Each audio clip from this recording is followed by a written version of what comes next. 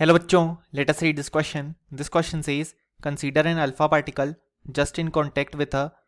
uranium-238 nucleus. Calculate the Coulombic repulsion energy, that is the height of Coulombic barrier between uranium-238 and alpha particle, assuming that the distance between them is equal to the sum of their radii. So इस question को solve करने के लिए जो की concept required है हमारे पास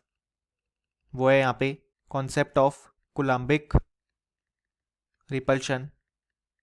energy. So यहाँ पे हमारे पास अल्फा पार्टिकल कांटेक्ट में दिया गया है विथ यूरेनियम 238 न्यूक्लियस। तो सबसे पहले अगर हम यहाँ पे radius of uranium 238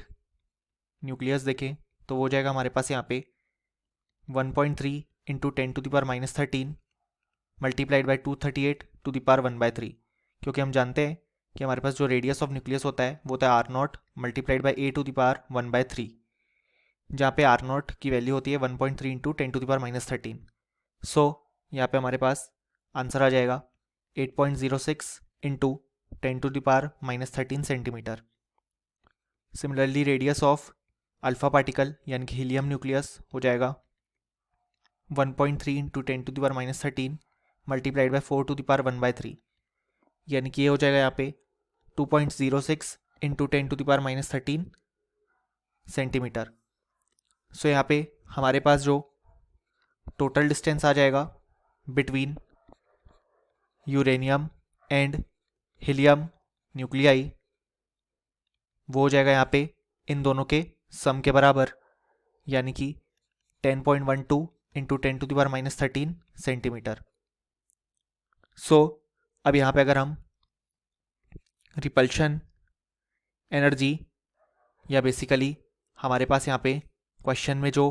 coulombic repulsion energy कही गई है उसे कैलकुलेट करें तो वो हो जाएगी यहाँ पे Q1 Q2 बाय R, और यहाँ पे Q1 हमारे पास हो जाएगा 92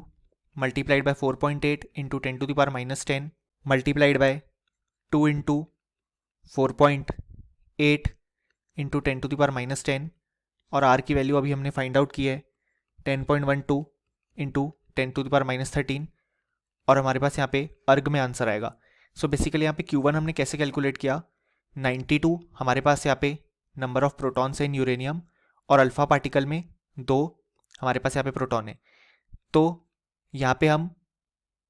92 और 2 लिख रहे हैं और उसको 4.8 इंटू 10⁻10 से इसलिए मल्टीप्लाई कर रहे हैं क्योंकि हम चार्ज को यहाँ पे ESU यानी कि इलेक्ट्रोस्टैटिक यूनिट में पुट कर रहे हैं, क्योंकि हमने सारी क्वांटिटी CGS यूनिट में पुट की है,